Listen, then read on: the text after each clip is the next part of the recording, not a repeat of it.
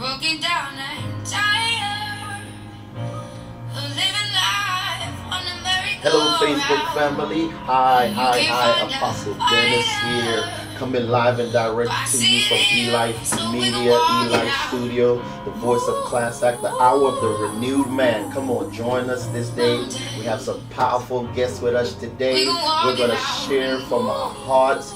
You are not going to be the same. Come on, get a glass of water, get some Kool-Aid, get some chips, do something and relax right now with us on Saturday. For 2 hours, we're going to be with you for 2 hours and you're going to really be transformed. That's right. You are not going to be the same after you hear what these powerful guests of ours in studio today have to share with you. Listen, share it, call, tell somebody Apostle is on. He has some good information for us. He wants to share something with you today. And this is actually the heart of the Father. He wants to share something with his children in this hour that's going to really bless them and transform them. I'm happy. I'm rejoicing right now. I'm so glad. I am so happy. And we're getting ready to go live right now. If you have a question, if you have a comment, if you want to share anything with us, look, the number's right back there. 240-455-5934. That's right. Come on in, call us, share. I mean, just make it so great today. It's beautiful outside, but you don't need to be outside right now. You need to be watching this right now. You need to be sitting down watching this, because this is going to really help you. So we're getting ready to go live. We are live here on eLife Media, and we're also live on Facebook, and we're going to be sharing this with you. We're going to be sharing this with everybody today. After we leave here, we're going to be posting it. Facebook, we're going to be posting it on what's the source that we posted up on YouTube. It's going to be up on YouTube, and it's going to be amazing. Listen, I'm coming to your churches, I'm coming to your communities event, I'm coming to everything that you're doing, and I'm bringing it. We're going to expose the kingdom of God, because the kingdom of light is more than the kingdom of darkness, and there's greater that's happening for us all the way in Panama. Oh, I love you, Michelle. You're joining us right now, Michelle. You're one of ours that keep joining us all the way from Panama. I'm coming to Panama. I'll be in Panama July the 5th to July the 12th. I'll be in Panama July the 5th to July the 12th. I'm there in Panama. We're going to have a wonderful time in Panama. Matter of fact, let me just say something to my Latin country. A mi familia hispana quiero decirle buenos días hoy desde aquí de Maryland. Oye, Joetta, I see you in Panama also. Te amo mucho, te quiero. Estaremos en Panama en julio del 5 hasta el 12. Cristo te ama y yo te amo también. Well, we'll be there. We'll be ready. I mean, I'm telling you, Apostle Anne Marie will be there. Apostle Valerie Phillips will be there, and there'll be other hosts of people joining us in Panama. So come, something great is going to happen for you in Panama. I'm telling you right now. Dallas, oh, my audience from Panama is just jumping on. Thank you for jumping on with me this morning. Dallas, te amo. Joetta, te amo. Michelle, te amo. Estaremos allá en Panamá. La hermana Daisy, te amo allá en Panamá. Muchos besos del apóstol Dennis Powell. Listen, we're getting ready to go live on Facebook. Don't leave. Mom, I see you on there. Love you, Mom.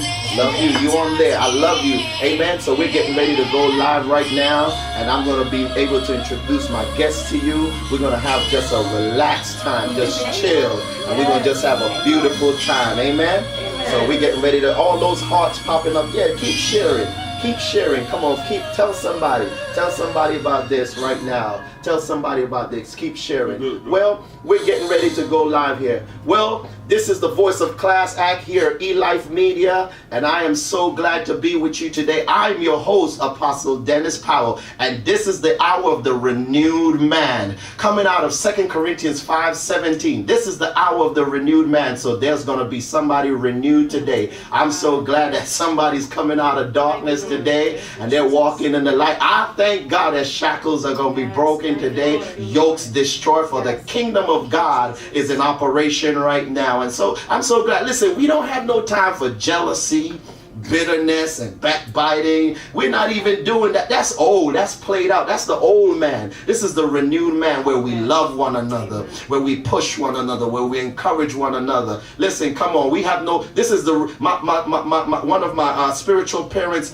they declare that this is the religious free zone. Yes. This is the religious free zone. No religion. Amen. We don't want no religion. We want authentic relationship. Amen. But before we go into our guests today and we introduce them, we want to take time to talk about some things that are really at our heart this month, to talk about this month. This month we're dealing with number one. Let me just bring it. I know as I wrote it out is on the bottom, but I want to bring it to the top. Father's Day. Father's Day. This month is Father's Day month, Roland. You know, we're celebrating Father's Day this month. I know usually we don't, at times we don't get a good shake, we don't get a good, reputation or name or whatever. But I want to salute before that day all the fathers out there. There are good fathers out there. There are fathers that's doing what they're supposed to do. They're on their job. And I want to just send you a shout out this morning, this afternoon rather. Dad, you keep on doing what you're doing. Keep being there for your children, your family. You're doing good. I know some good fathers. And even those fathers that may not be measuring up right now, the story's not over yet. You still got time, and we believe that you're on the rise right now. Even those fathers that are coming home from prison, those fathers that's been on drugs, whatever be your story, there's still hope for you, man. There's still hope for you. You can rise from that place. So we want to take the time. And then also,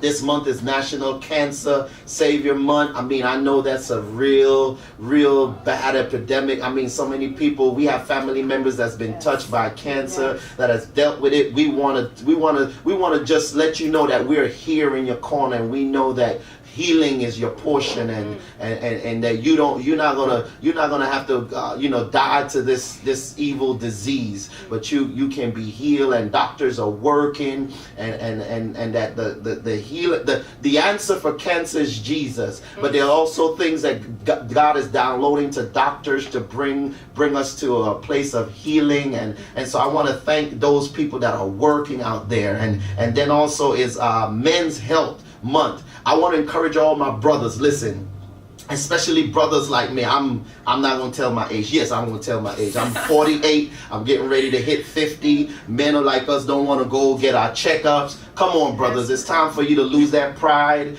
Go get your checkup, man. Come on, listen. You heard it. Apostle is telling you, go get your checkup. Don't let these old way of thinking rob you of your life. I know men that should have been still alive, but somehow or another they let people talk them into not going to get their checkups and going to see the doctor, and that caused them to lose their life. But come on, you don't have to go down that road. Go get your checkup, man. Go see a doctor.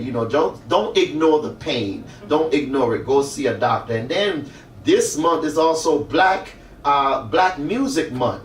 Come on, we put out some good music out there. Come on now. I mean, this is the no religion zone. We put out some good music out there. Come on, we have some good stuff happening out there. There's some good musicians on the rise. There's some positive. Listen, I am tired of all the negative getting the spotlight. There's some good things happening. If you listen to the news nowadays, you would think that everything that is happening is so dark and so. No, that's a lie. There's some good, positive things going on. That's why we must get out. That's why we must listen to shows like this, where you will get the real, I'm talking about the raw, uncensored truth, where there's good things. There's good people working in the community. There's good things happening in our homes. All of us are not getting divorced. All of us are not cheating.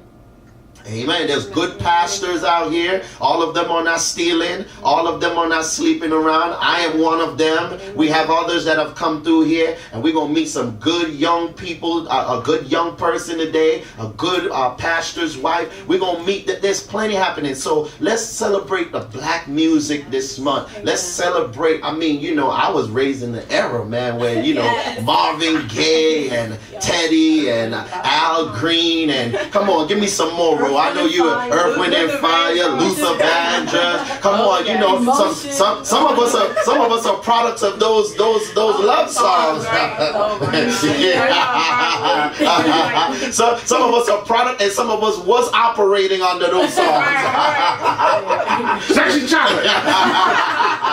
So we don't want to forget those that went before, and that did what they did, and there's still some today that are doing some great, clean music just for the soul and for you to spend time with your significant other. So I want to encourage you to go out and celebrate. I was watching something the other day, and I want to just encourage us. Like these coming months where it's nice outside, I've been watching that there's been events in the park, bands playing in the park, and there's a lot of things going on with music in the park. Go out.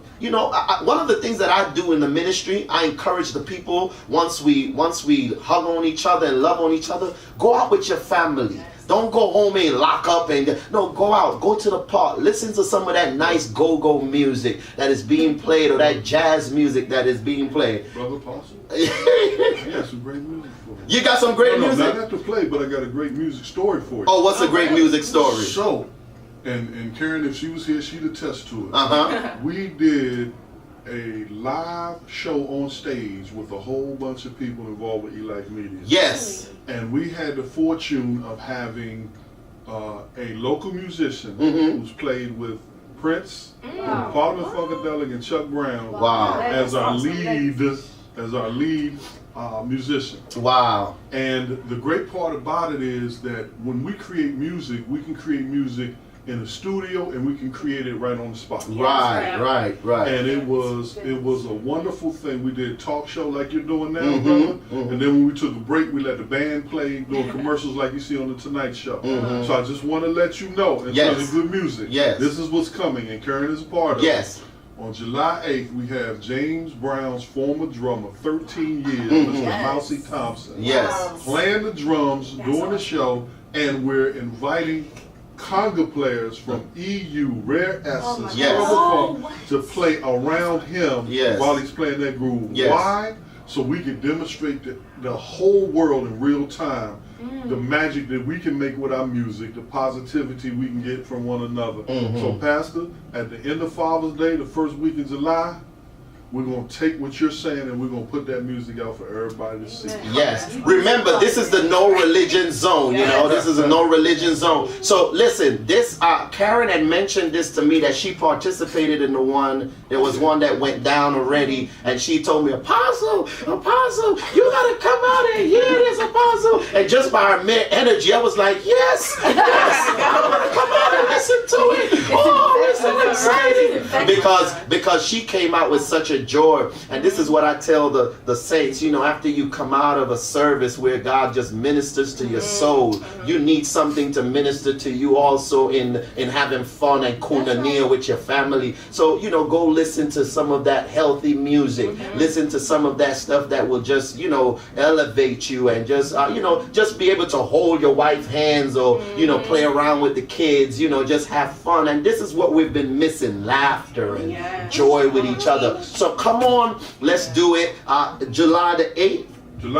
July the 8th. Don't forget that. Write that down on your calendar. I'm writing it now. I'll be in Panama, but I'm going to send somebody out. I'm going to send somebody out right now. Oh, you okay, I'm going to watch it right down there. While you playing it in English, I'm going to be playing it in Spanish and singing it in Spanish.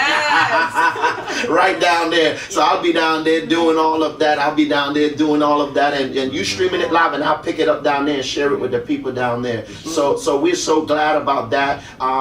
We're so glad that there's so much going on in our community, and that's why I love working with Karen, and I love working with Peggy, Sisters for Sisters Network. If you are in the area, and you want to connect with a great organization, Sisters for Sisters Network is one of the greatest organizations in this region. I had a wonderful opportunity of speaking for them. What was that? The month of March, I believe they had me come in and be the guest speaker. A room full of mighty, powerful women. Business women, mothers, sisters, aunts. There were so many women in that room, and it was so good to see how they network together. So if you want to be a part of one of the best organizations in Prince George's County, the Sisters for Sisters Network, ran by Peggy. We call her Charlie around here because she I want to be in it. I tried to play as Delta, but they told me no. Well, here's the thing. Dr. What's his name? Dr. Dula is the first man. right. And I took the second man role, so I don't know. You might have to go down and take the third man role or somewhere along there. So we filled up some positions over there right now. But Sisters for Sisters Network is one of the most powerful organization. And then the Voice of Class Act, ran by their person. Karen McConnell Jones is by far, one of the best. So you have no excuse not to connect. You have no excuse not to connect. So I want to encourage you this month. Let's celebrate those things. Let's be aware. It's only to bring awareness to us. And so what we're going to do, because once we come back, we're going to just jump in and we're going to run. I just want to take a break for a moment. I want the DJ, because, in a couple of shows before, we were going out and, in songs, gospel, but I know he's the maestro. So I want him to take us out in a little something to break the religious zone. I want him to take us out in something to break. We'll be right back. This is the Voice of Class Act here at eLife Media. Hold on to him for another minute. Yes. Talk to him in Spanish. Yes. This is the Voice of Class Act here as eLife Media, the Voice of Class Act, and this is the hour of the renewed man. 2 Corinthians 5:17, the hour of the renewed man, and we're not leaving nothing behind. No stones unturned. Every topic is fair game right here, right now. We're not being religious. We're not going to we can't talk about this. We're talking about everything. Yes. The church has been too much in the background hiding. We're bringing all of it out. We're exposing all of it right now. And we're not going to only expose it, we're going to teach you how to win. We're going to talk about how to win, how to turn around those things. So we're getting ready to go commercial. If you have any comments, if you want any questions, please call us. 240-455-5934. Come on, no religion. We're going on commercial right now. This is your host, Apostle Power. We'll be right back. Hello, Good morning, Karen. This is Karen. For some reason, my Facebook went down. The internet had a problem. How are you? This is Karen. I'm Brandon. That's Veronica. Brandon. Nice to meet you. Hey, Miss Karen. Hey. I'm good. Sorry for the connection, Facebook family. We're having some difficulties, but we're back. I'm gonna keep connecting back again. We're gonna keep connecting. So we're on break right now, and this day we're doing the religious free zone. The religious free zone. So you hear a little bit of screams in the background. That is not churchy, it's a different group. Hallelujah. But we still praising God. We still worshiping God. We still loving God. Right? So thank you for joining us. Thank you for, we fell off, but we're back again. Thank you for being here. Let me just give you a little bit of an insight right here. My guest, we're going to have her on in a few minutes. Candace, Brandis, and then we have over here. We're going to be back with her. And of course, look at Karen. Have everybody in the studio. We're not going anywhere. No matter the signal, we lose it. We're coming back. We're reconnected. Hello, baby. Love you. Love you, love you, love you, love you. Love you. Love everyone that's on Facebook. You did? Oh, wow. And where were you at? Okay. That's it. They shut all that down. So this is actually some footage from that show we shut. Okay. Karen was there, right? You were there. Yeah, he was talking about the magic of music. Oh, yeah. When we were This part of one is Black Music. Yeah, Black Music Month. Yeah, I announced it. Oh, wow, look at the mag.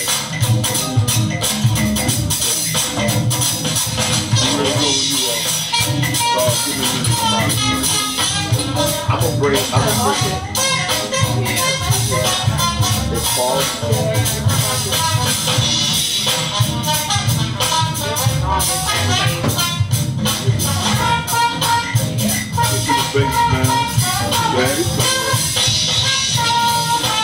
Coming through? Yeah. But actually, it might be easier. make a call. That way I can also get some spaces. So bring out a little quick Karen. Let's bring it up a little bit.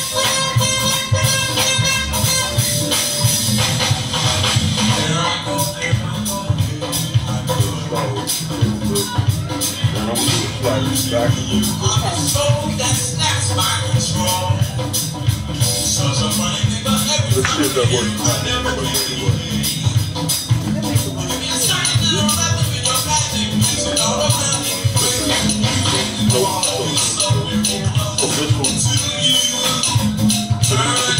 Hello, Facebook family. We're still here. lopsided. We're still connected. Just getting ready to go back on the air live. Love you all the way in Panama. Love you. Thank you for being so faithful. Thank you. With us Sunday. Enjoy your Saturday. Have a wonderful time on this Saturday. Family time. Keep falling off. But that's all right. Alright, give me a favorite slide back a little bit, Karen.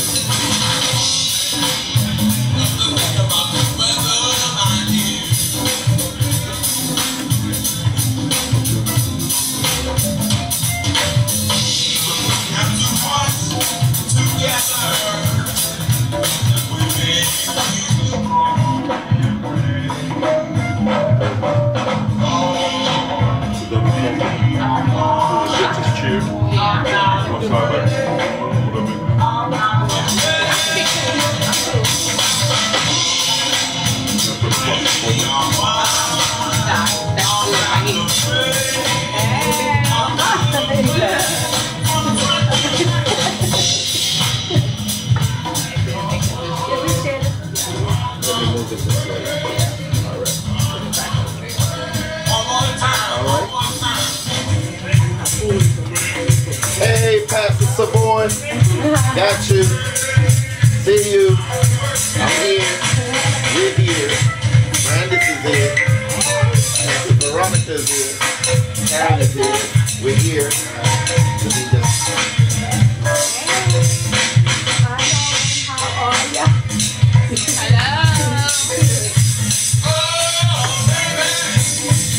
All right.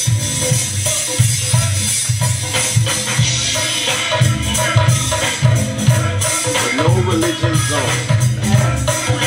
Real.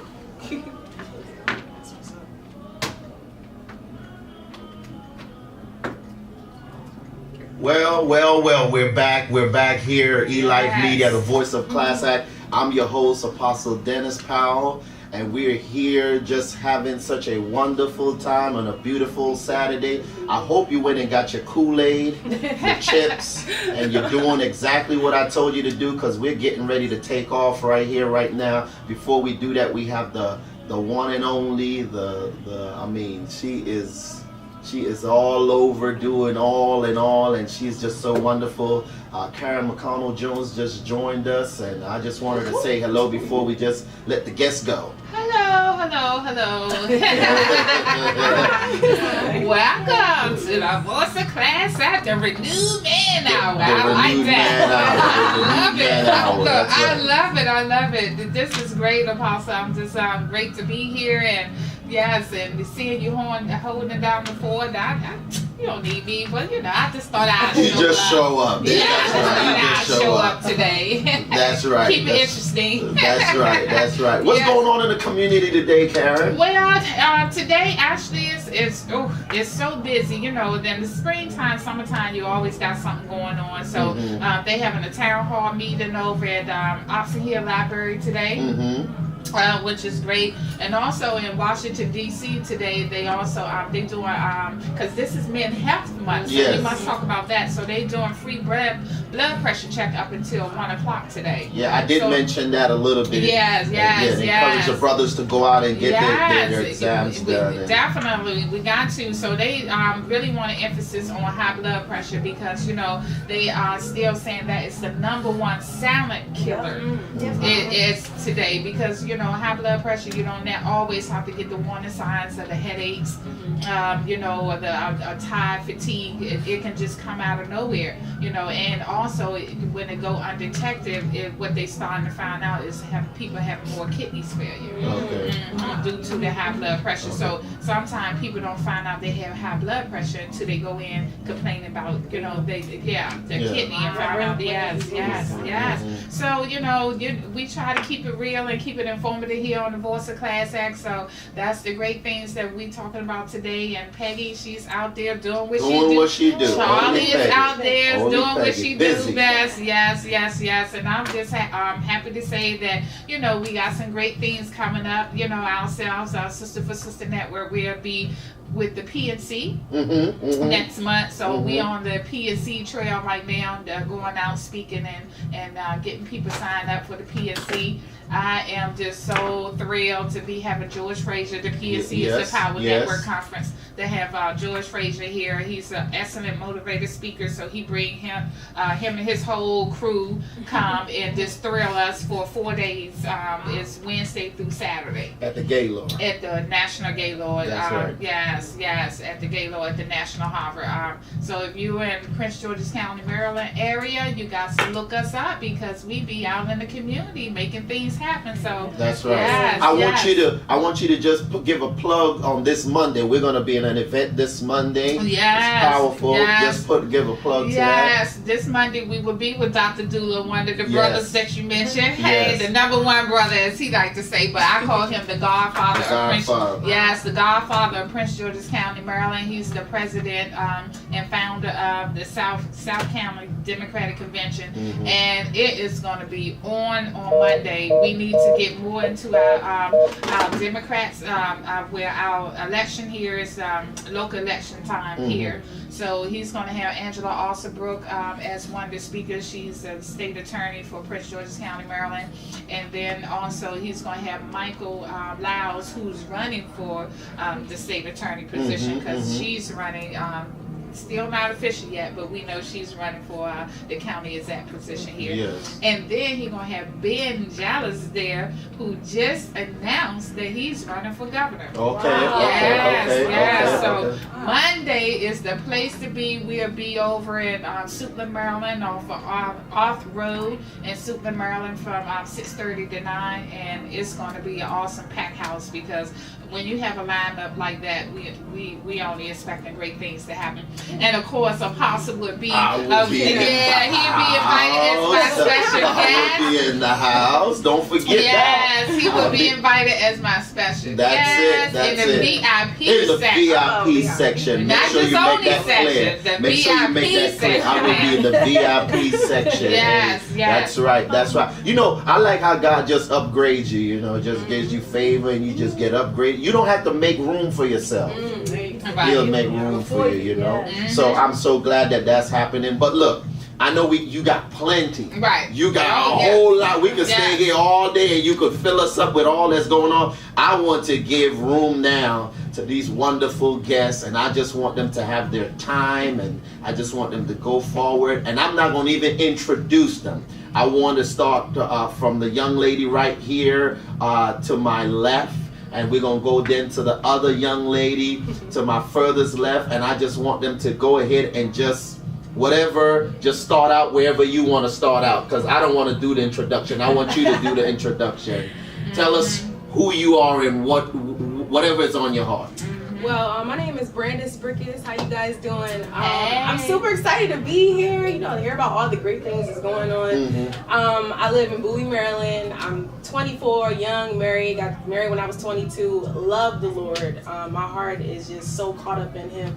I just graduated from college with my HR degree and bachelor's, so I got my bachelor's degree, and God is really good. I'm just, ready to do whatever God has called me to do and help some people out and show them that they can be young, love the Lord, and have fun. It doesn't have to be boring. So that's right. You heard that. You heard that. That's all you got for right now. I know you could go. So now to the next young lady that's to my furthest left. Just go ahead. I'm Veronica Carroll from True Deliverance Ministries. I live in Bowie, Maryland. I'm originally from Baltimore. Give a shout out to people in Baltimore. Baltimore. Been married 27 years. My 20. husband's Pastor James Carroll. Hey, honey. We're just doing some great things in ministry. As Brandis indicated, when you love God, it's not a struggle. Yes, yes. When you love God and you're doing the things for God, you want to bless other people, it's not about us. Yes. It's not about us. So we're doing some great things up in Baltimore for the community.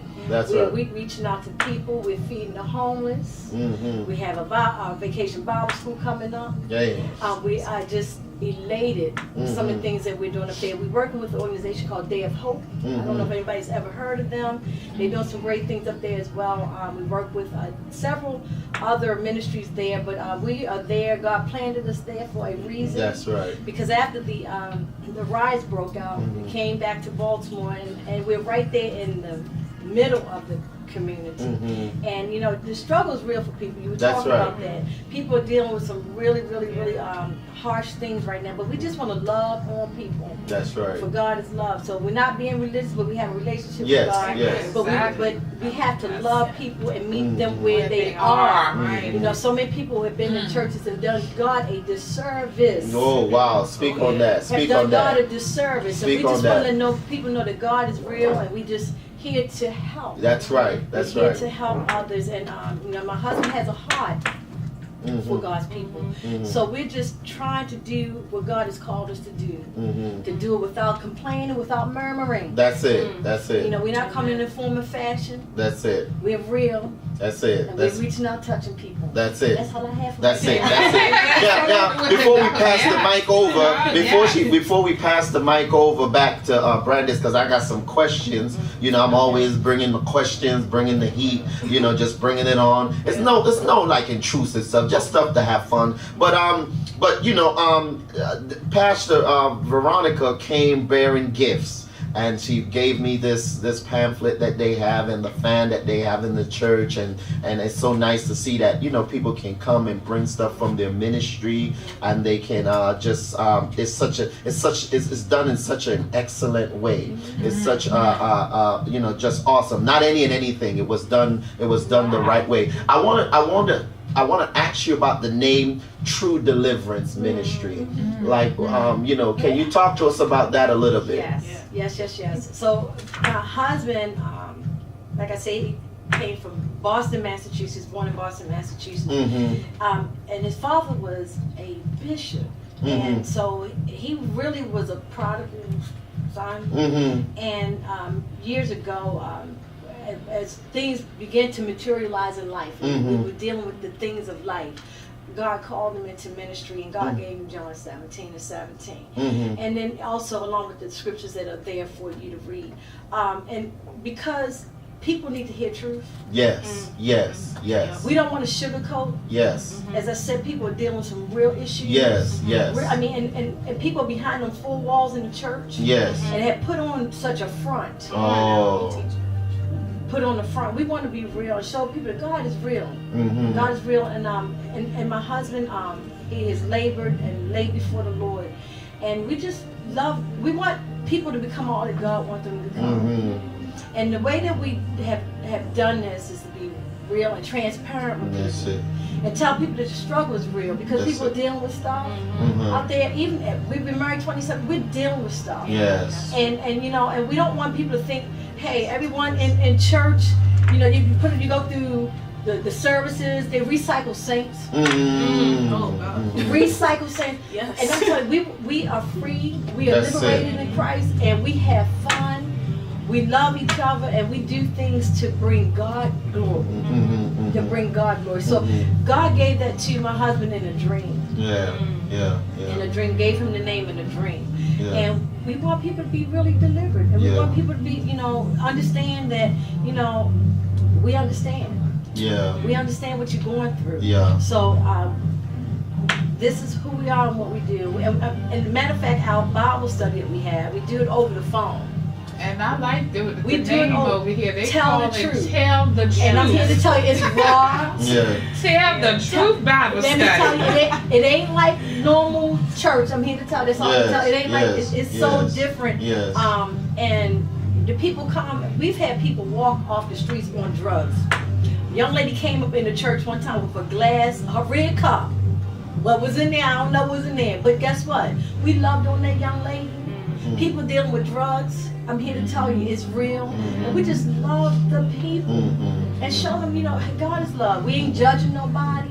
People get saved, getting behind these churches and they start judging people. Who are we to do? That's righteous indignation. Right, You know what I'm saying? right. And I'm here to tell you, but more importantly, we doing what God has called us to do.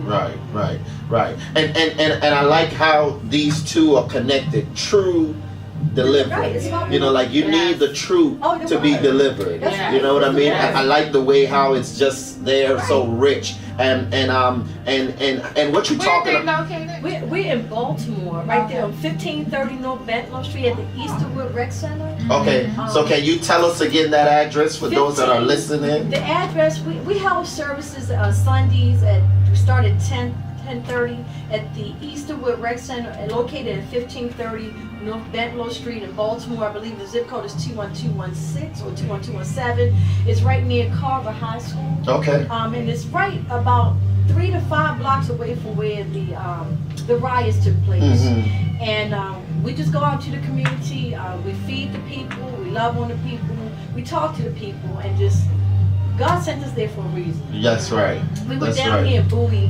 We were at a rec center down here, and for 3 years, and it was just the same. It was just us coming. So we went from house to house for about a year. 2014, my mom passed away. We went from house to house, and we ministered from house to house, like they did in the Book of Acts. In the Book of Acts. And so from there, God opened the door for us to go into a rec center, and we just trusting God to do more things, So we're there, and we welcome you to come and visit us. Yes. It's not like what you expect it to be. It Yes. ain't like a regular service. It's not like that. So we just encourage people to just come on out and just, you know, and fellowship with us. Give us that address one more time. It is the Easterwood Rec Center located at 1530 North Bentlow Street. That's BENTALOU Street, Baltimore, Maryland 21216. Yes, and so I want to hold up this brochure that she brought. It's so lovely, and it's done right, and they mean business about true and deliverance, true deliverance. I love that name. I love to talk about ministry, right? Because it's dear to my heart. But one of the things that I love to talk about ministry, and anybody that know me, is about, you know, your partner, you know, the marriage, you know, because that's really the heartbeat of, you know, I want you to, without, you know, like, you know, because I know women usually get so full when they talk about their husband. We don't want no tears right now. But just give us some of the qualities that you admire about this wonderful, just wonderful leader in the army of the Lord that leads the people into truth and deliverance. One thing I can say about my husband is he has a heart. He has a heart for God, and he has a heart for God's people. He's a man of excellence, and I'm telling you, he's hard on me, y'all. But I understand his mind. I understand his thoughts, because when you are committed to the things of God, you don't let anything interrupt that or hinder that. Right. And he is, he's serious about what he's doing. That's right. So he labors and he loves on God's people. He's a very giving man. That's it. He don't have no reservations about giving. He's a very giving man. And most men don't show their emotions. You don't see a lot of emotions from him. So some people may misconstrue that. But at the same token, I know his heart. And he'll tell you in a minute, know my heart. Know my heart. And you know, he's just really sold out for Jesus Christ. He's sold out, and he's doing what God has called him to do, and that's sowing into people's lives. He wants to see people delivered, y'all. That's it. And that's one of the reasons why we have God gave him this name for the ministry. He wants to see people delivered out. Our mission is to impact and transform people's lives through the practical teaching of the Word of God, making disciples, teaching people about entrepreneurship, because God put in each and every one of us creative abilities. Yes. He deposited in us. Yes. So the thing that he tries to do is to really hone that, to shape that, to really let people know, hey, you can do it. Yeah. You can make it. Knowing where he came from, knowing his past, and to see the transformation that God has made in his life, I look at him like a butterfly. Yeah. And he's leading by example because Yeah, yeah. he has his own business, right? Yes. He worked for corporate America. He worked for a major corporation downtown DC, and about 2003 we had moved into our home like July, and within like 2 or 3 months after that they let him go. And he said to me, and she could witness this, he said to me, I'm going to start my own business. I said, really? I mean, because I'm corporate thinking, being I'm retired military, I understand working from 9 to 5, I understand that. He said, you know what? He said, one person I thought would have my back was you, because I didn't understand the vision. Mm-hmm. But when God gives you vision, when God gives you vision, you don't let anybody deter that or stop you from that. And he's a man of vision. And God has given him vision. And I see him walking that out. I see that every day that he's doing that. And the business has been prosperous because he put God first. That's it. He gave it back to God. And we have a 24-year-old daughter, Janae, and you know, there's challenges there as parents, you know, but God assigned us to be her parent. God assigned us. He's given us assignment, and so we work together.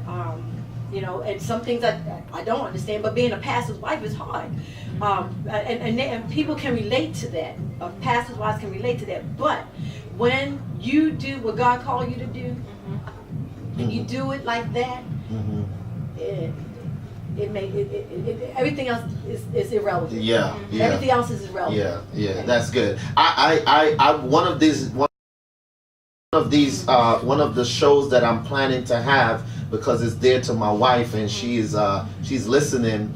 My wife always talks about, what if we got a whole lot of pastors' wife to talk about their struggles? It's real. I mean, And so I'm planning to get that group together where we'll fill the studios with pastors, but we don't want the ones that are kind of like scared to talk. We want the ones that are really ready to open up and talk about that, right? So you said something, if you pass the mic on to Brandis, because I want to talk about this. You said that you have a 24-year-old daughter, and it's not easy.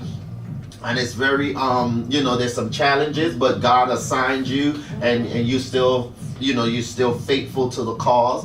I want to ask her, because she's the 24-year-old now, you know, and I want to talk about some of the challenges as a young person and having a mom who's in ministry, and you call at an early age. I've known Brandis for a while now, and I've just watched her you know, her commitment is just real. You know, nobody telling me. I've seen the child just say, look, I love God, and there's nothing about it. I'm going to just love him. And I've seen her commitment. So just some of the challenges that maybe at times you may have had with mom, but yet, you know, at the end of the day, your relationship just got tighter and tighter as the years went by. Yeah, I know, like, growing up, I got saved when I was 8, and I mean, I didn't understand everything. I felt something, and I was like, Mom, like, what is this? And she was like, just go to the altar. And I'm like, God, I don't understand, like, what you are, who you are, but I feel you, and I feel the transformation. I see the transformation happening.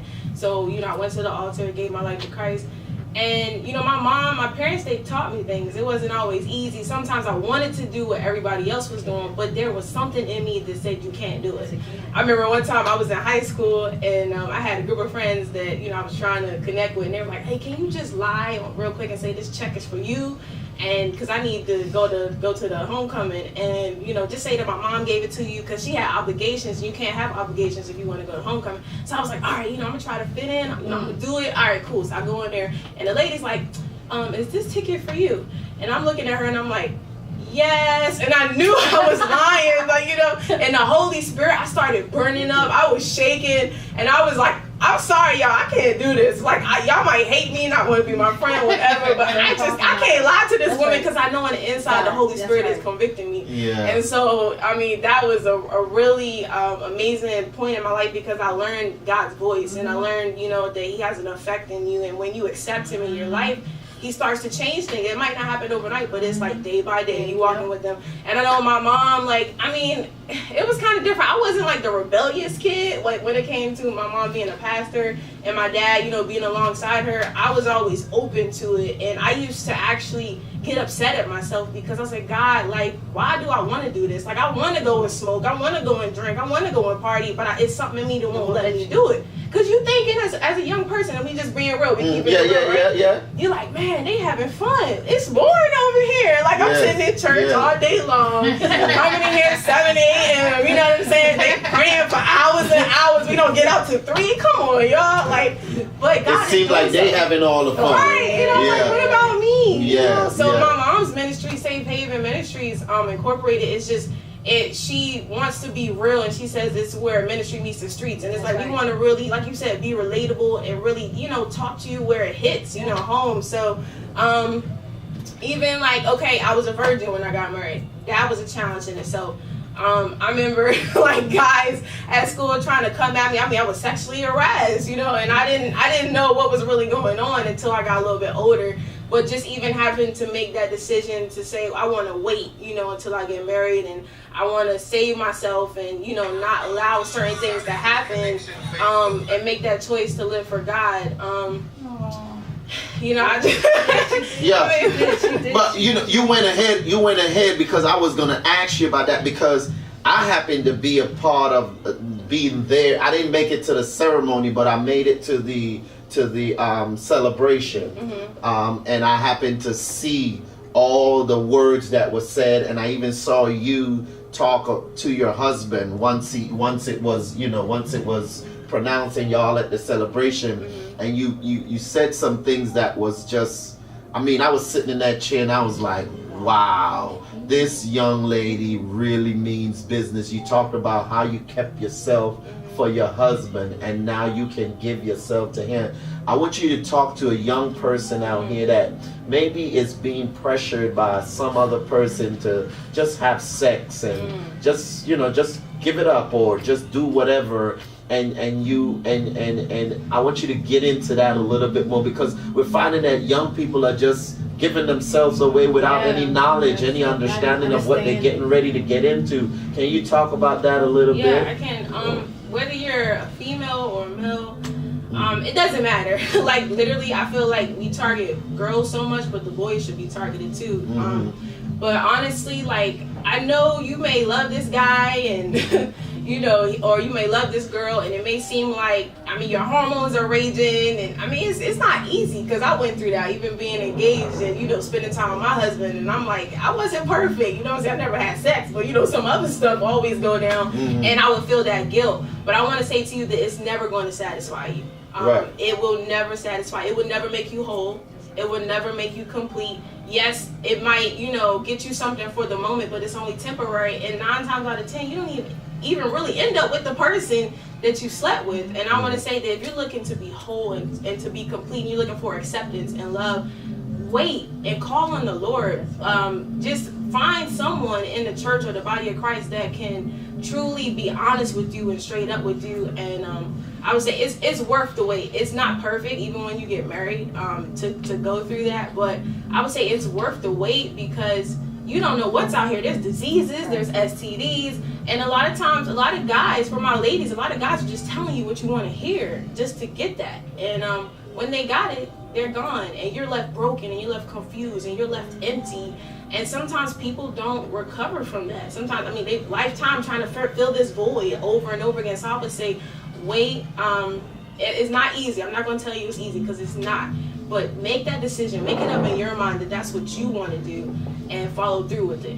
Yes, this is real good talk right here, and we can go deeper, but we're going to take a break right now, and then we come back. We're going to go right back in, so don't feel like this is we're going back in, and we're going back a little deeper, just a little deeper, so I you got can questions. Yeah, so you can expose your questions and your answers. And if you have any questions that you want to ask here in studio, please call us 240-455-5934, 240-455-5934. This is the voice of Class Act here at eLife Media. I'm your host, Apostle Dennis Powell, with my wonderful two guests, Brandis and Veronica. They're doing an awesome job, Pastor Veronica and Brandis, and we're going to come back. We'll be right back in a few minutes. Yeah, so, Karen, you got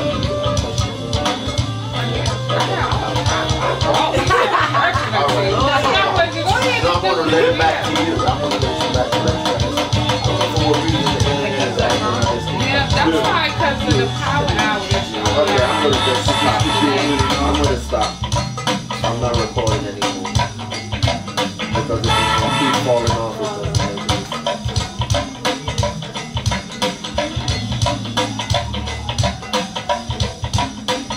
You still, you working on the backup?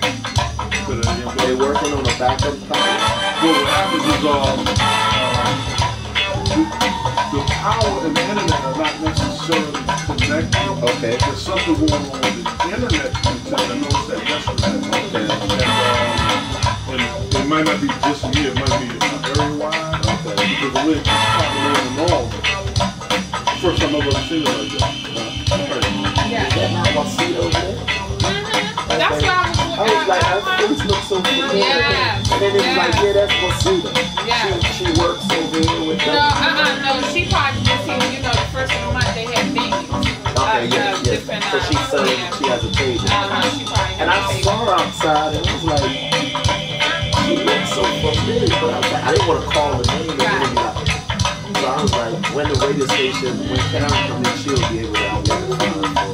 What part of Panama are you from? I'm from the city originally, but then I moved to What, Bill Stang is down that way?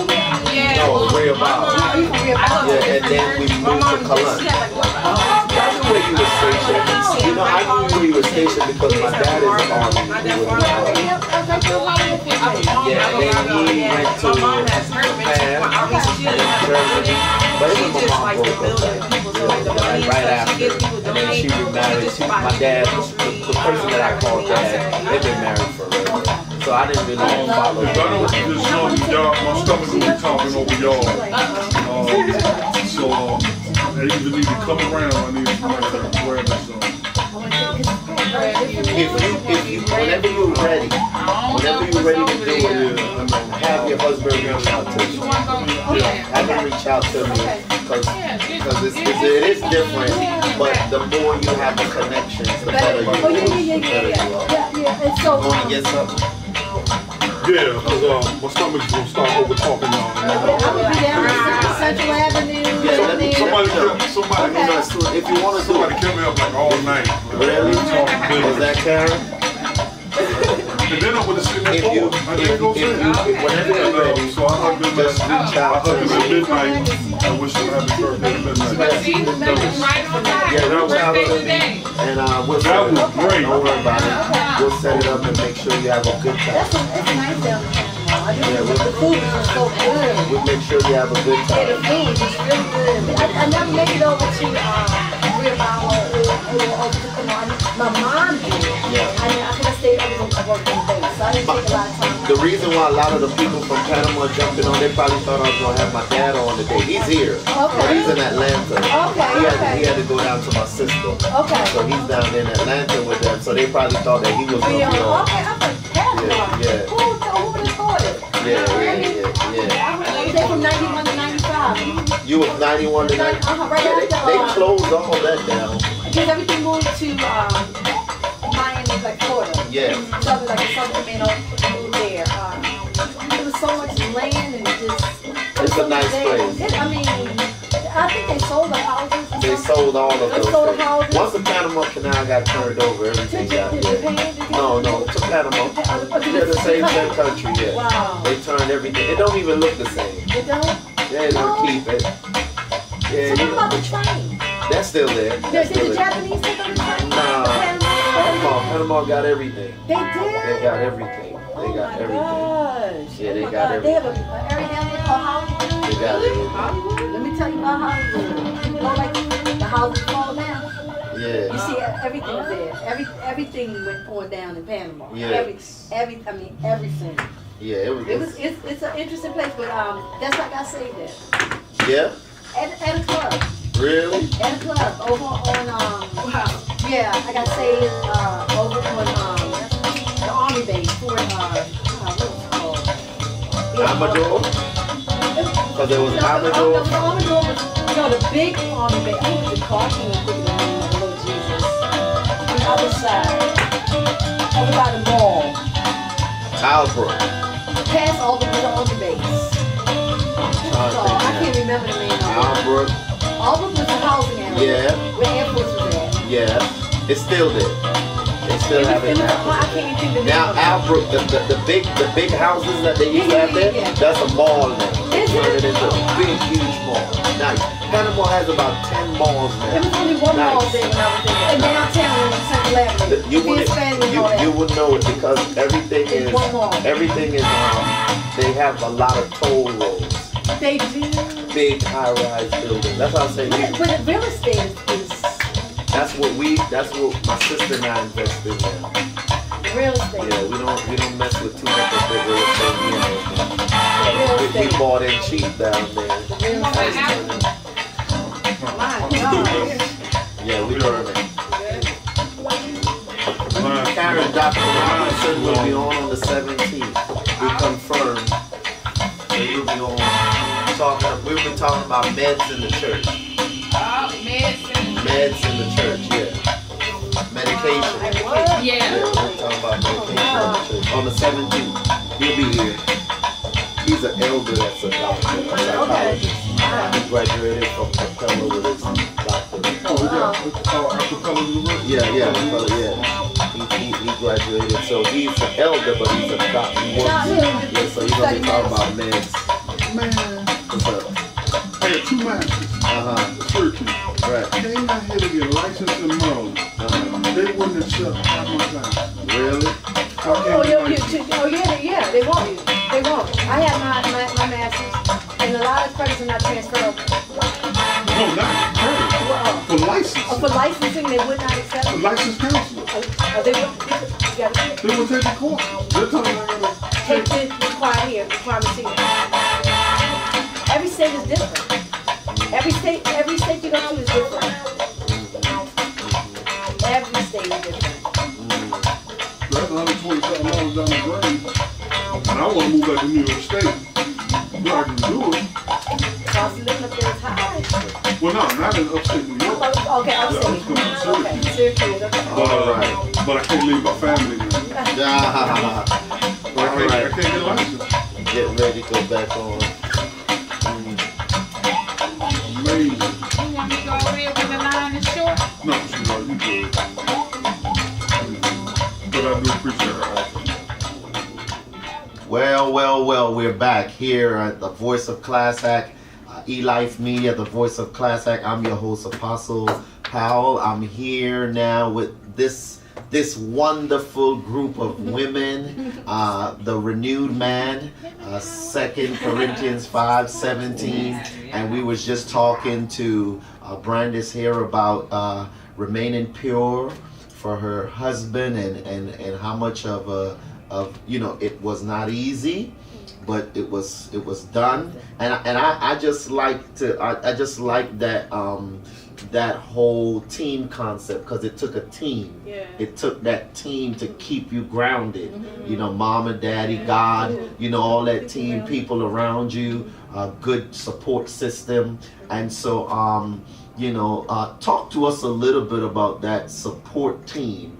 What does that look like for young people to understand that? Because today we see a lot of young people don't really want to take counsel. Yeah. They don't have talk to us about that support team. Man, that team, is so great. It's important to have. Sometimes you're gonna hear some stuff, you're like, come on, like, you tripping. Like, really, I got this. Sometimes you think you know it all, but having my mom, my dad, like, I can talk to them about anything.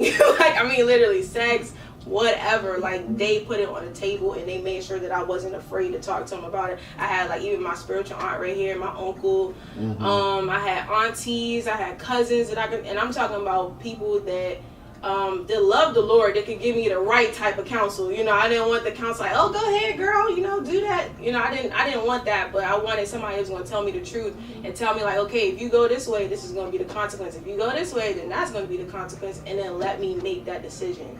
So that support team is so important to help you stay focused and help you stay grounded and just, you know, let you know what the real truth is. Because without it, I mean, you're trying to find your way yourself. It is hard. And my heart goes out to people that don't have that blessing of that support. Because some parents these days, they don't care. They just let their kids do whatever. And I work with kids a lot, and it's just sad that they don't even really want to spend time and take time to teach them and guide them. So it's very important. Right. Because I know you, I knew that you had a good support team of people, but then I also know I've seen you how that support with God. You're a worshiper. Mm-hmm. I've seen that, you know, firsthand. Talk to us a little bit about your music, you know, your career, because Brandis can sing.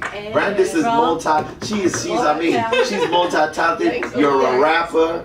You matter of fact, I almost came to tears when I saw your vows. You wrote your own wedding vows. Yeah. I mean, and it was rhyming. It was like everything was just so right, and it was the right thing. Talk to us about that inspiration and just that creativity that you have also. Yeah, I would say the music part of me started when I was little. I don't even know how old I was, but I used to bang around the house. I would take pencils. I'd be banging on the radio. My mom was like, "What are you doing?" I'm like, "Nothing." And then eventually she put me in drum lessons. So I found out like I had this knack for rhythm. So like when they was playing go-go, I was like, "Hold up, that's where like all my music. So she vibing like she vibing over here. You know, and then growing up in the church, I mean, music is a big deal in church. And growing up in a Baptist church, there was this one guy that I used to just look up to so much, and I would literally like sit there and like figure out how he was playing, because I was like, one day I'm gonna get on that set and I'm gonna play, and it just drifted into me producing music. I taught myself. I found out like my cousin was into music and he had some studio stuff, told me how to download it, and I would just be figuring it out, and I started producing music and rapping and writing and just talking about real stuff that I'm going through and putting it on tracks. And then that went over into my vows. You know, I really wanted, when I got married, I told God that I wanted to be an example of his love and what he designed marriage to be.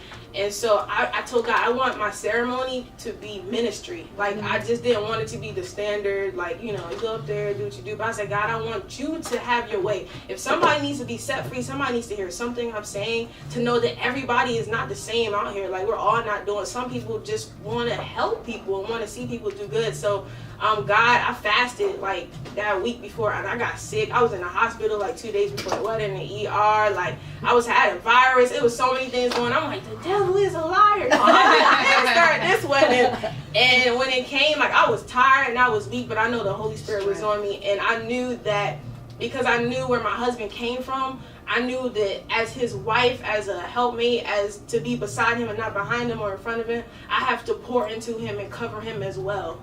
So that's why I did. Yeah. Where did your husband come from? What do you mean by that? He's from Baltimore, and you know, he didn't.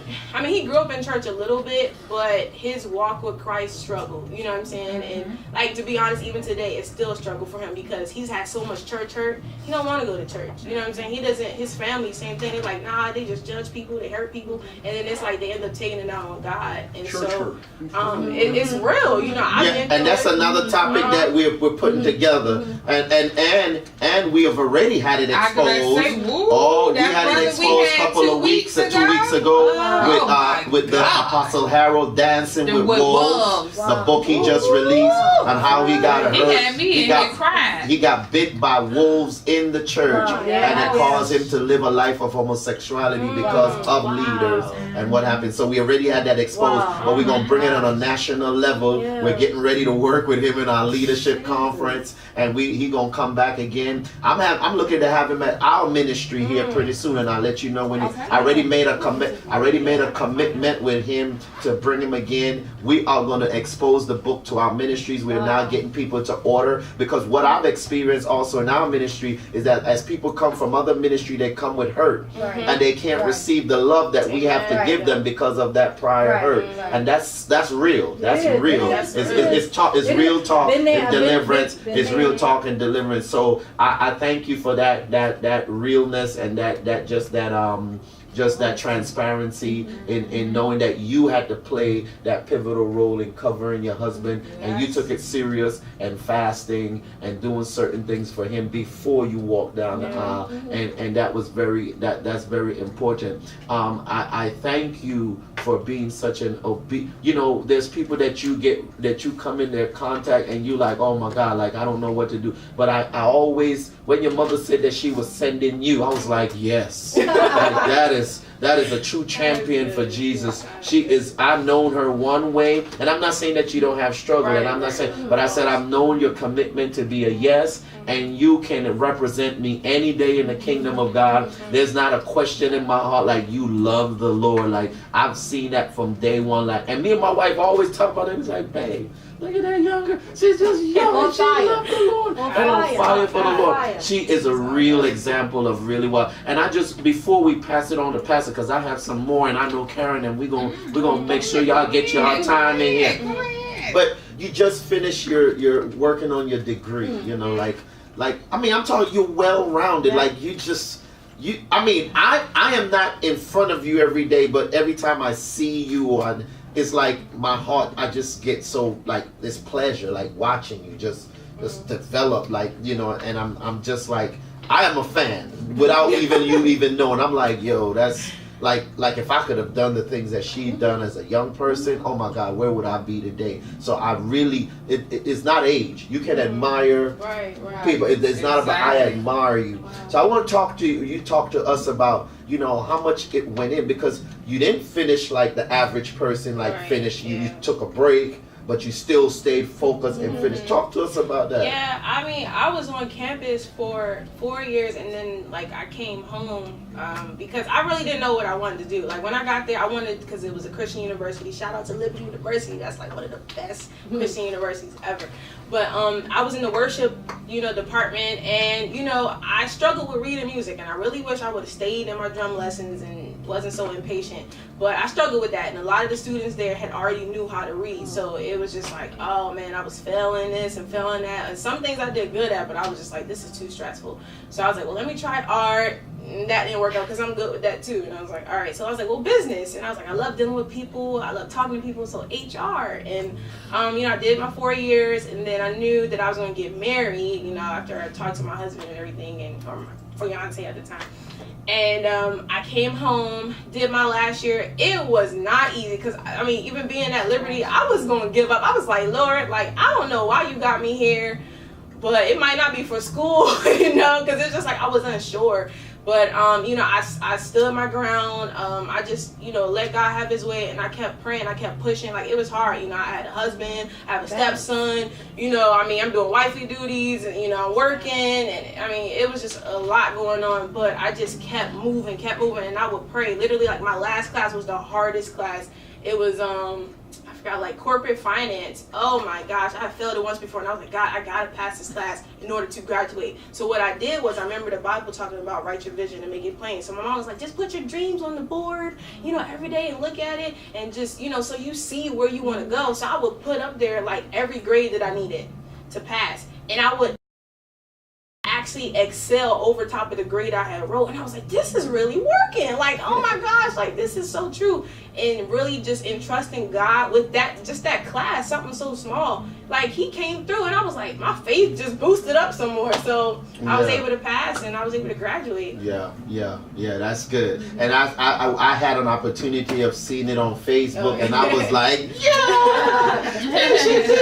she did it because it's like I'm an uncle. I have several nieces, but all of them seem to excel, and they doing great things. It's just like another niece. peace, like you watching one of your own family members doing great things. So I want to pass it over to Pastor Veronica because I got one more now for her, and then I'm gonna let Karen jump in because Karen got about 100 of them. But here's what I have for you. You know, my wife usually there's some great recipes that's been passed down to my wife from family members that now she's able to produce herself.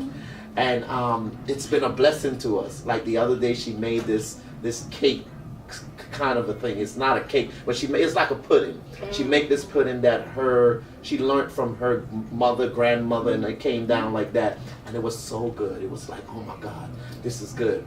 I want you to talk to somebody out there, a secret that has been passed down to you that can benefit, that you've been in ministry, you've been a wife, you've been all sorts of things to people. One of your greatest secrets that you have inside of you that can help somebody right now. I would say my mom has such an excellent spirit, and to fill those shoes, right. I would say be who God has made you, and not try to emulate anyone else. And that's one of the things I learned early in church. So many people try to be like, I want to be like Mike. Be who God designed you to be, and walk in integrity. Exactly. That's one of the things people That's compromise. powerful. Yes. To walk in integrity. We may, hit our heads at times and bump our heads at times, but it says a just man gets up 7 times. You fall, you get up. But if you learn how to seek God, sincerely seek God, and ask God to show you how to do a thing, and not so much hawking into your own understanding, that's one of the most valuable lessons that I've learned in this walk, is to let God really lead you. And I'm the youngest out of 13 children. Whoa. I joined 2 families. Okay. My mother was a true matriarch, and I found myself in being the matriarch of my family, and I'm the youngest. People pull on me a lot. Okay. People pull on me a lot, and I thank God for Pastor LaRue and Mother Ronhart. Is there certain people that God has put in my life that I can just really go to and just be honest with? Yeah. Because being a pastor's wife is, it happened. And I'm thankful that God called us into this life and into this walk. But, at times, and your wife can relate to this too, you gotta, find that person that you can talk to. Yeah. Maybe one person that you really can talk to and pour out, because you can't talk to everybody. You just can't talk to everybody. But be true to who you are, and just love people honestly. Don't look at people where you can, what can I get out of that person, but to be genuine with people. Yeah, add some value to them. Yeah, be genuine with people. That's one of the attributes I thank God for, because my family often tell me, Ronnie, you're just so straight up. You're so straight up, and I want people to be straight up with me. I want people to be straight up with me. If I'm going to the left, nope. Tell me, hey, Ronnie, you doing wrong. You going wrong. Be honest. Be honest. But just serve. Just the biggest thing is learn to serve God with your whole heart. Yeah. That's the biggest secret. The biggest secret. The biggest secret is learn to serve God with your whole heart, because He knows your heart. He knows what's in your heart, and He said the heart is desperately wicked. But the only person that knows your heart is God, because you don't even know your heart. Yeah. So y'all heard it here, to bake that wonderful pudding in life. You have to learn to just serve God with all your heart. That's the first. That's the main. That's the most pivotal. I don't do anything without asking Him first. I learned that. Before I do anything, if it's career-wise, and I've had an excellent career. 20 years in the military, 20 years and 10 months active duty. I'm now employed with the Food and Drug Administration, Center for Food Safety and Applied Nutrition. And God has really really orchestrated my life. I weighed 2 pounds 11 ounces at birth. So I have been a fighter all my life. Mhm. So just knowing that God's hand has been on my life since day one, before I even came out my mom's womb, Mhm. you know, I've learned to serve him. Yeah. I learned to serve him. Yeah, you seem to have such such a strong foundation, and you talk. We've been talking, and I've heard family over and over again. Mom's still alive? My mom passed away in 2014. She was a single mom. Okay. My father was from Kingston, Jamaica. Oh wow. He came over on a boat, y'all. Uh-huh. And my mother taught him how to speak English. And they separated when I was like 4.5 years old. So all I had was my mom. Okay. But she was such an upright woman, Mhm. and she gave it to you straight. Okay. She gave it to you straight. I said, Lord, if I could just be half the woman that my mom was. Okay. And your mom is originally from Baltimore. Baltimore. So she's from here. From the area. From the area, and you was born in Baltimore, born in said, Baltimore. as you said before. So you from a large family. Yes, extremely large family. 13. I joined 2 families. Yes. 2 families. Yeah. Mhm. So where are the 13 still in play? No, my oldest brother's deceased. Let's see, I have to count. I have to count. It's like 11 of us. Okay. No, 10. Excuse me, 10 of us still living. 10 of us still living. My mom, my mother, and my father met. They had me. My father had a prior wife, and his wife died. Mhm. And my mother's first husband was killed in the Korean War. Mhm. And my mother's sister died, and she raised 3 of her children. Okay. So that's how we came to be. Okay. And now you're talking about strong family values. Okay. And that's one thing that's lacking in a lot of families Uh-huh. is family values. Certain things was instilled in us. That's part of I think the issue I see with a lot of the younger children now. Mhm. We have morals and values, and I'm thankful for you, Brandis, because she was raised with those morals and values. And so many have compromised or don't know. And one thing that we are charged to do is to train them up. That's it. I'm hearing that with you. I'm hearing that strong family, just that strong family, and that's rich to hear, even because you have some older people still who don't have that, and so that lets me know that you're not only grounded in God, but your family, and y'all still get together. That's the first thing that God instituted was family. Yes. That's the very first thing was family. Yes. It was Adam and Eve, and then their children. Yeah. So and that's important to God. Yeah. You Yeah. know, it's important to God. Yeah. So that's so great. I want to let Karen just go ahead and get her question in there. Come on, Karen. Yes. I always like to jump in and have some questions. One of the things I'm thankful to have both of the women here, and I just love when we come together. We're gonna take over the room. I'm saying? Yeah, we're gonna leave. It's little woman power right there, so sister power. So, but no, it's just great to hear the things that you talk about. I had so many questions. You talk about your family, but I just want to go back to being first lady first. Let me ask you that. And just knowing a lot of first ladies, I do. And, sometimes the first ladies are looked at harder in the church than it is come on now, we got to go there. Because where I'm getting ready to go, right? Yeah. And say, and that can be true, so why is it that we it can be so much pressure put on the first lady just as much as the pastors. And how, in all of that, how do you still keep your own identity, your own individuality? So, the first thing I learned to do is to pray. That's the very first thing, and my husband and I, we have one.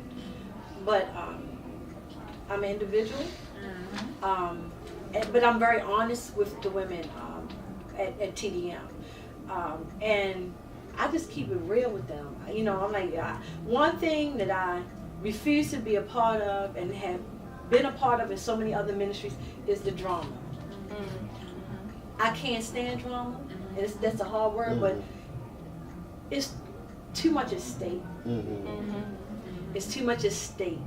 And I ain't compete with nobody. Ain't nobody compete. And that's the first thing. When my husband and I talked about going into ministry, I said, Lord, this has to be something different. Because it has to be different, because I know what I experienced in church hurt and dealing with other first ladies. But I'm thankful.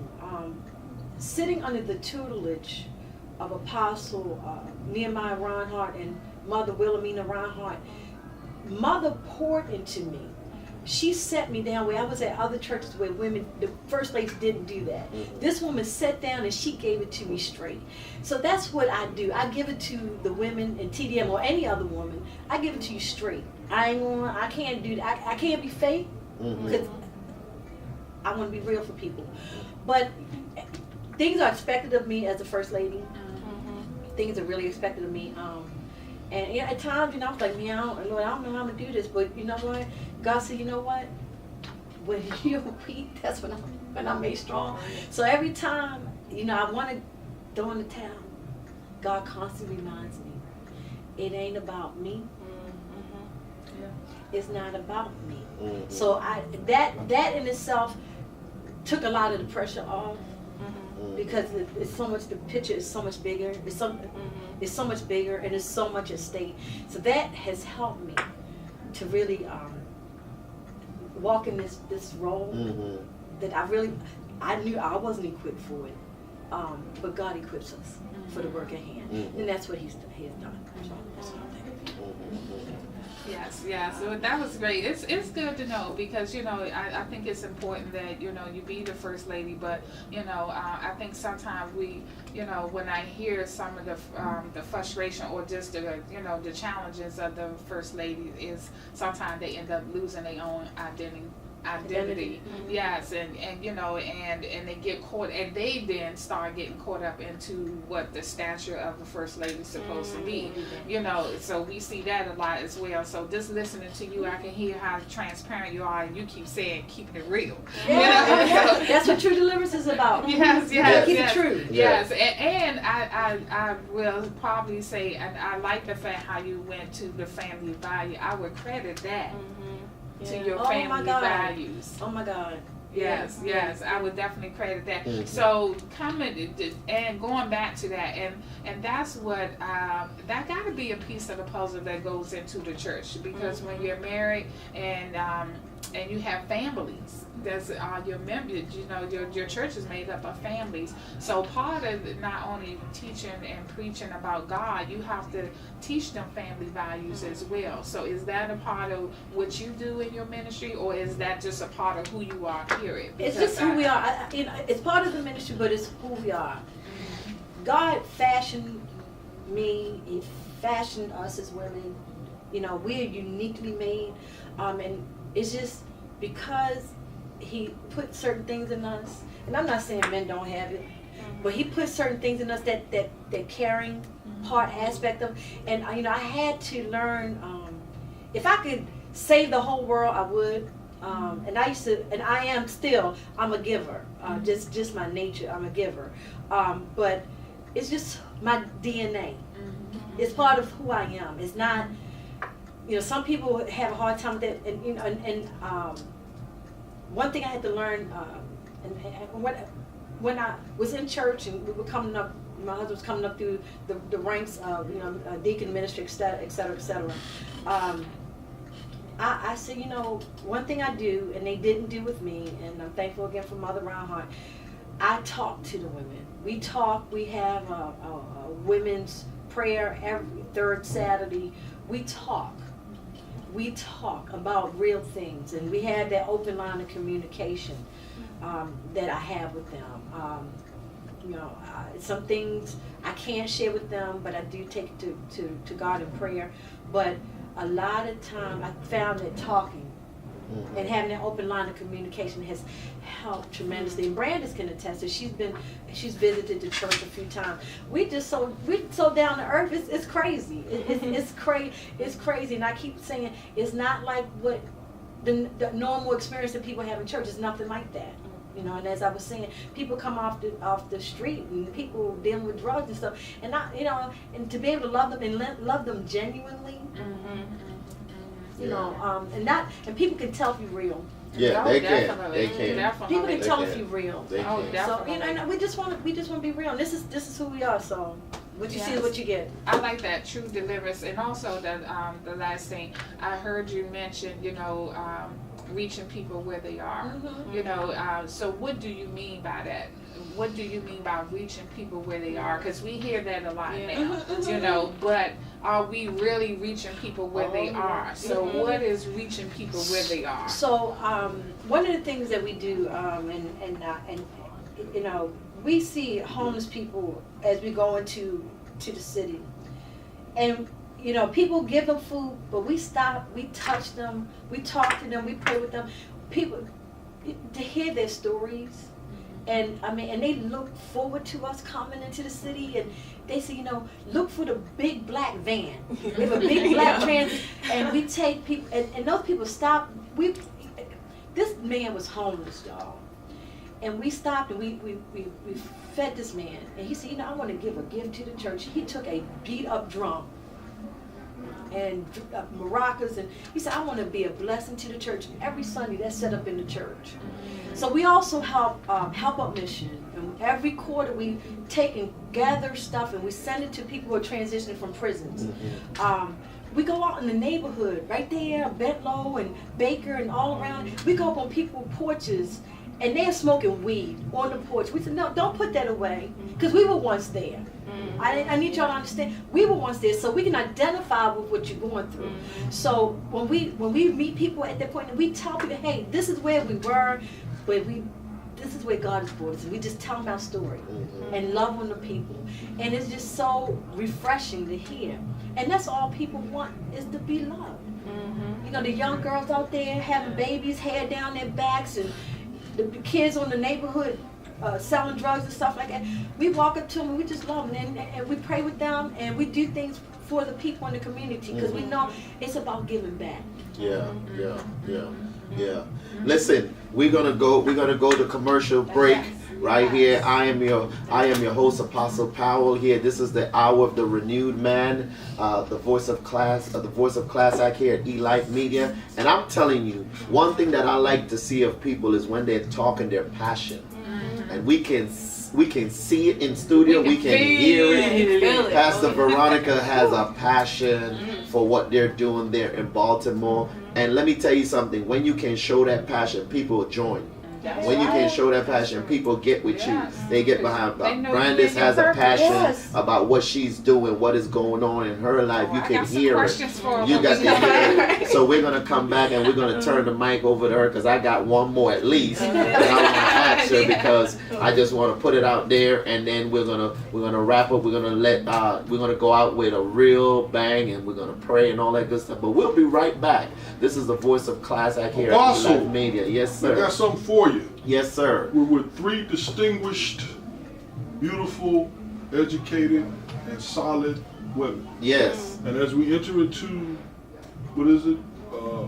Father's Day. Father's Day. Yes. Right. We will dedicate a Father's Day record to these angels. Yes, let's do that. All right. Karen, you are going to love this. I thought about you as soon as I heard it. Oh, wow. Exclusively for you, darling. And your classmates.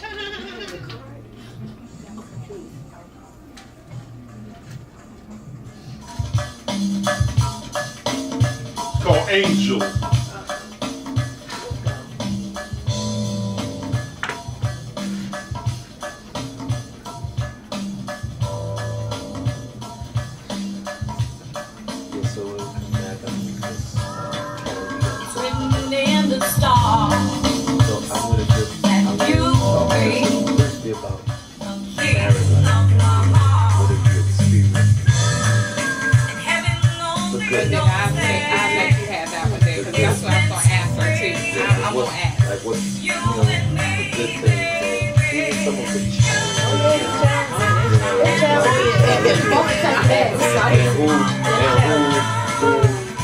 If I can get this one in, who's your mentor this month? Because you have a team, obviously. Who do you draw for that strength?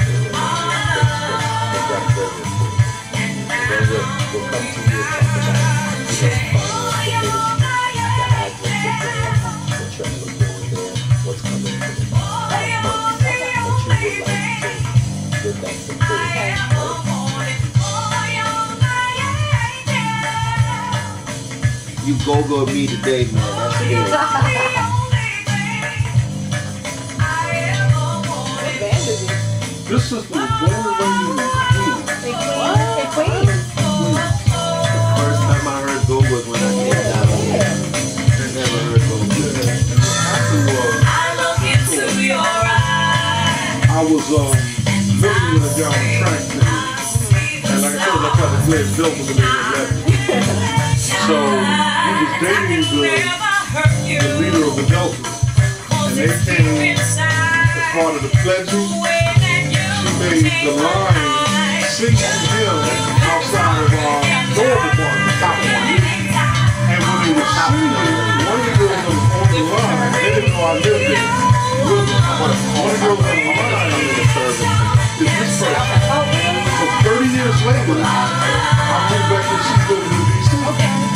So she's an artist, and she's all kind of jazz singing and all everything. And then she got a piece of the go-go. And she said, hey, I got this song called Angel. I'm going to put this on top of that. And but her voice is phenomenal. And she's been in here a couple times.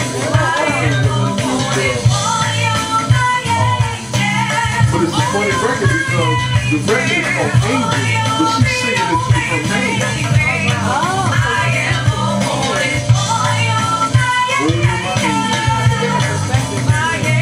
So I dedicated to the female as an angel, but she's also, as I dedicated to her, she's giving it back to her man. She said, boy, you're my angel. When I first heard it, I said, wow. Yes, I'm gonna go.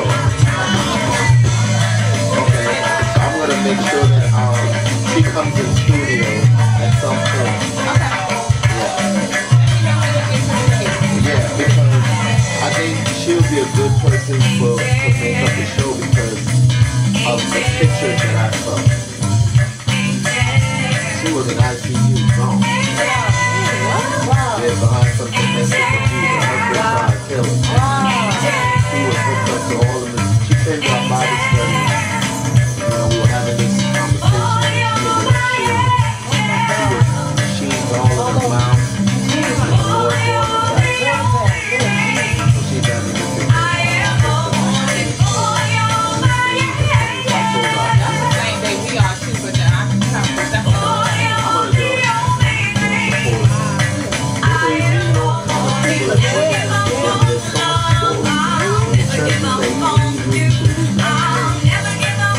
Yeah, that book, Dancing with Wolves. Something that you Dancing with Wolves. That young, he's 32.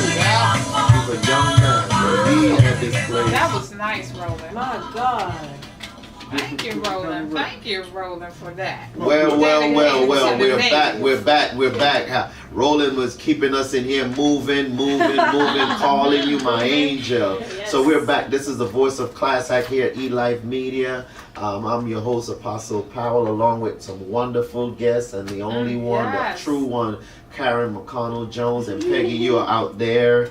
We thank you for tuning in and just doing what you do in the community. But listen, where do 2 hours go? Oh Wow. my gosh. We're almost Yes. done. Your chips are done. Your Kool-Aid is done now. You You're all enjoyed out the of your show. snacks. Come on, all of your Oh my snacks. God. You're getting ready to run out, but you still got 15 more minutes. So I'm gonna make sure I get these questions in before we go. Now we know that Brandis just finished college. She just did the wedding. There's so much going on in her. She's still writing, still working with kids, doing. But we just want to ask, how is the married life? How is the goods and the not so goods? How is that going? I would say it's a learning experience. That's what I'm gonna say first. It hasn't all been good, and I know for me going into marriage, you think, oh my God, like you got the dress, you got the ring, and it's so exciting, and then for me, like, this is my first time living with a man, so it was like a big adjustment because now I'm like, okay, my husband ain't the neatest person in the world. He got socks everywhere, clothes everywhere, and I'm like, oh God, okay, this is the wife experience, so cleaning and cooking and, taking care of my stepson, but just knowing that you always regardless of what happens, going back to that place where you guys were best friends and going back to where, you know, I know they say for better or for worse. So regardless of what's going on, I feel like we don't really pay attention to that part, you know, for better or for worse. Because sometimes you can be like, okay, I can't do this no more. Like, I'm ready to roll out. Like, you got problems. Like, you got issues. You irritating me. You get on my nerves. But literally for better or for worse. And it's not easy. Even as a young person, it's not easy. But I mean, I really enjoy like our conversations, and we both can relate to music. We actually were making a song like a while ago in our house, and because we have like a little studio set up. But we just like enjoy talking to each other and spending time together, and you know, it's I'm still learning. I'm still young. I get a lot of advice from my parents. My grandma lives with us, so that's interesting too. But she's always there, you know, to help us and, you know, keep us alert and, you know, making sure that, you know, we're truly doing the right things. So you still, you see, it goes back to, you still have that team around you, a team member around you, as grandma is there helping y'all to navigate through some of the things that may come up or concerns. But that's so good to know. Now, you know, I know that you're around and you've been married how long? 27 years. 27 years, so you got a whole lot of, and then I know mom been married how long? I think it's gonna be maybe 28 years coming up. Yes, I know mom has been married for a while now, so you got a lot of experience around you, a lot of stories, a lot of people that can be transparent. I always throw my name in the hat. You don't have to, but I'm here for my support too. I've been in here now going on 20 years, and I ain't got no good stories, all good stories. I can tell you the ones that are bad and ugly. So, you know, don't ever feel like, you know, you can't reach out to me and my wife. We're ready to just put it all out there. We have a segment in our church that we call Marriage by Him and For Him. And at that moment we sit with our couples and we become so transparent with them, because a lot of times people see you succeeding in an area, but they don't believe that you still go through something. Yeah, you do. Or that you're still experiencing some things. So one of the things that we have always wanted to be with married couples and people is just like you said, be real, be truthful, talk about the days that you thought you wasn't gonna make it. You know, and what you did to cause that kind of a climate in your marriage. And I can be as honest. Karen has experienced that honesty. I've sat with people and just be open. You know, a lot of things that happened in my marriage was not my wife's fault, was my fault. I did it. It was me. So I know how to, you know, just go right there. And I think that's what helps the marriage be healthier, when people can be transparent with each other. So I thank God for you and what's turning out. So I mean, your life is just an example. I just love the fact that you was going to be on, because I know a lot of young people tune in. I know a lot of people see it. Young people see it, and they have some. See, when the older saints are telling, or folks are telling the younger generation, it's like a detachment right then and there, because they're like, oh well, you done been through this and this. But when a young person on their level can come in and tell them exactly, they're like, oh yeah, I can relate, because they're young just like me too. So I thank you for your honesty, for your openness. In the next coming months or years, where do you see Brandis? I see Brandis right now. I'm focusing on getting my career started with HR. That's really so doing that. I want to get my CD together. I've been procrastinating over and over. I make songs and have a hard time finishing them because I always think of something else in the process. But getting a CD together. I want to have kids in the future.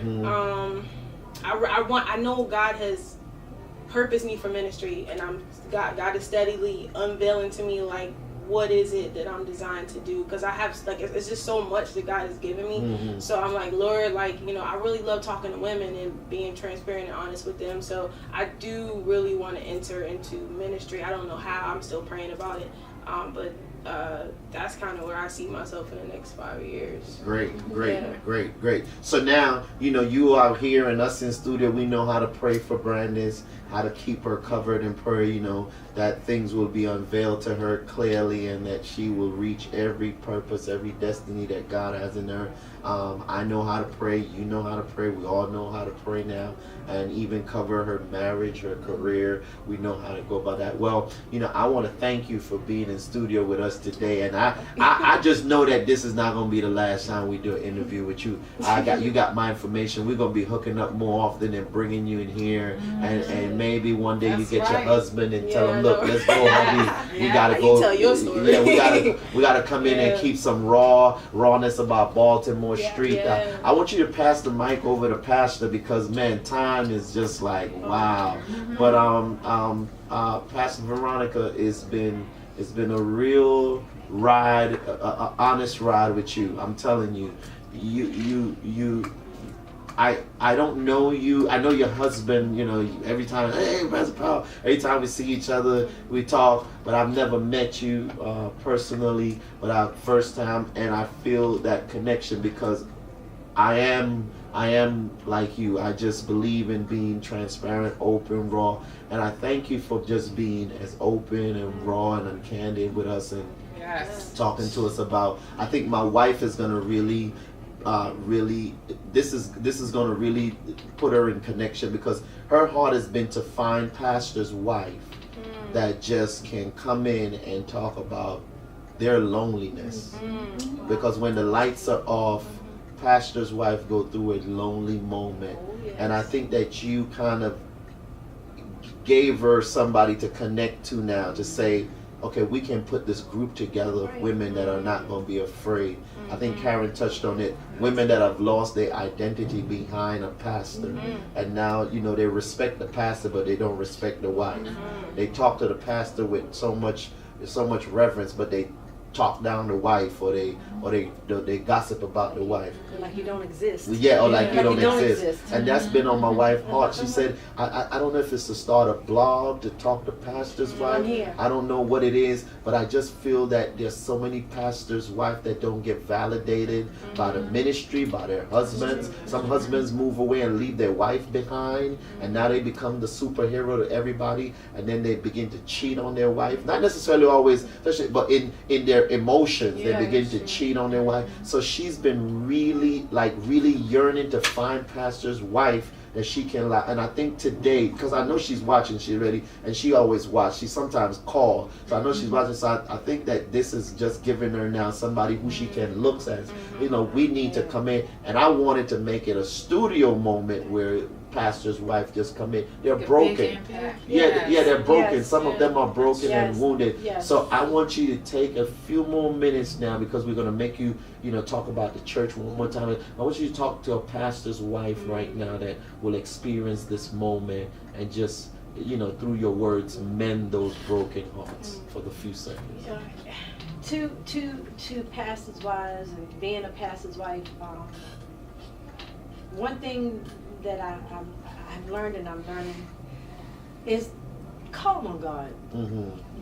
Because during those lonely hours and those lonely moments, and believe me, I've had them and I understand what you're going through, and it causes you to sometimes act uncharacteristic.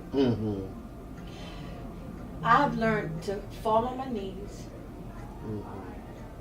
and call out to God. It's not an easy one, but it's a benefit to walk with God and to walk beside your husband.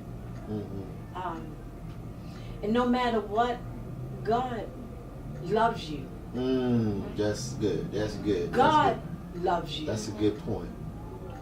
Whether your husband is sharing or showing you that, God loves you. And that's all that really, really matters, is that God loves you. The challenges are real, because you're balancing the home, the children, trying to keep the face. You're trying to keep that face. But when you let God, and you know what, I learned to take it to God in prayer. And and regardless of how situations look and how it looks now or whatever the case may be, the peace that I have knowing that God loves me, that's the most important thing. But I'm here for you, and I'm willing to put my number out there for people to call me. My number is 240-687-3529.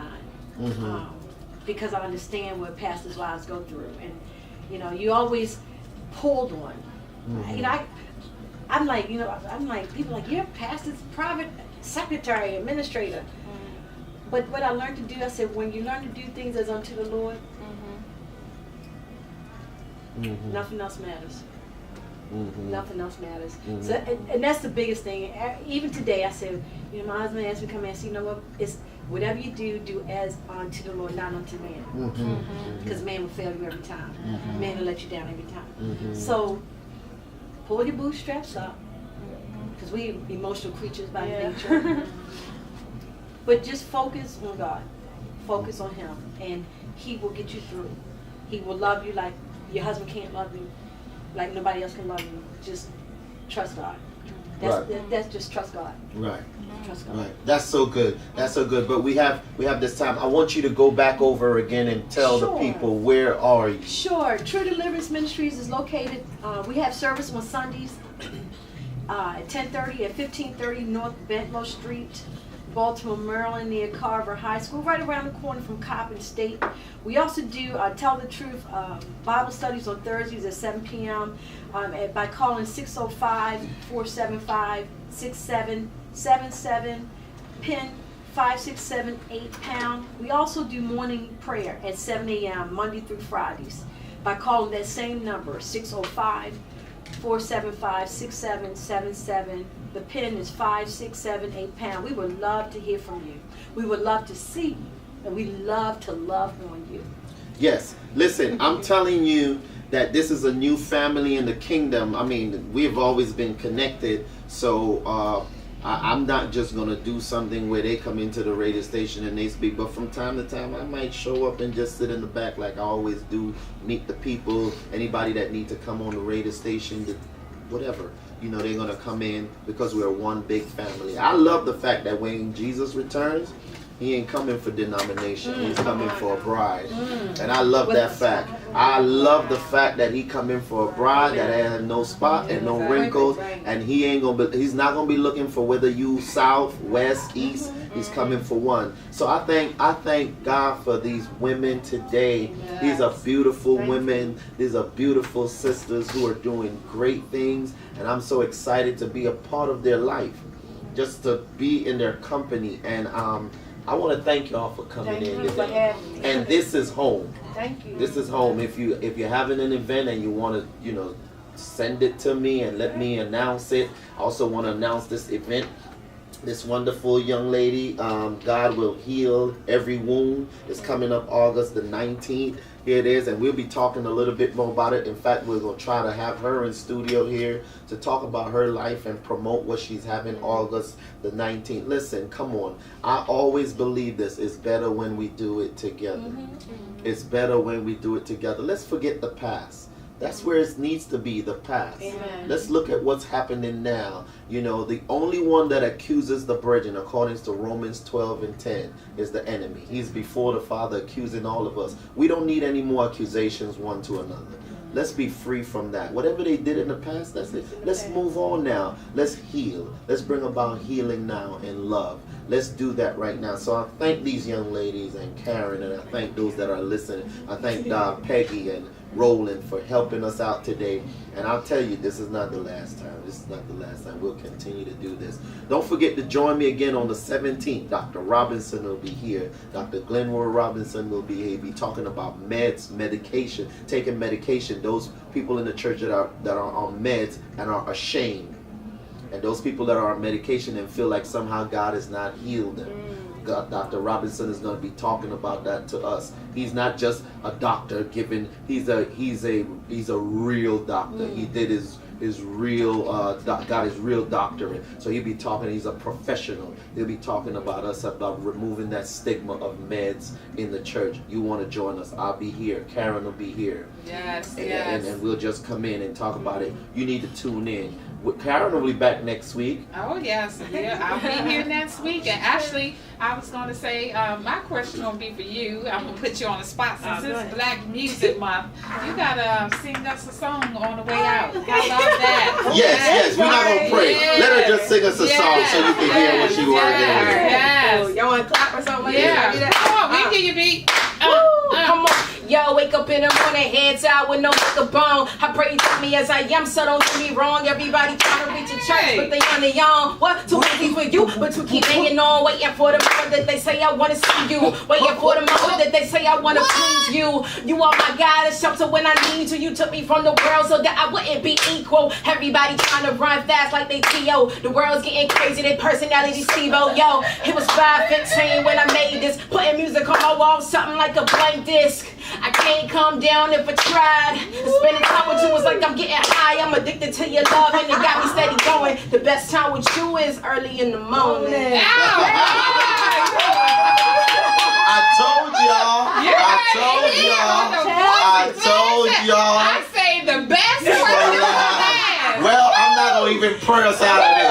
We're going to leave on this note. Listen, this is the voice of Class Act. Yeah, this is the voice of Class Act here at eLife Media. I am your host, Apostle Power, here with the renewed man hour. 2 Corinthians 5:17. That is what we stand on. That is what we live. We tell the truth in Christ. We lie not. We're out. Until next time, peace, love, be with you. Amen. Bye-bye. That was Roland, you gotta get her on stage. You gotta get her on stage on the 8th, Roland. But you know what? Roland, I need to get you to get her on stage on the 18th. Is it a done deal? Don't be On the 18th? On the 8th, sorry. On the 8th? On the 8th. No, gotta wait till August the 12th. What's the 12th? August the 12th is when I'm doing it. We be at the Power Network and you be out of town. Oh yes. So you're gonna do something on the 12th.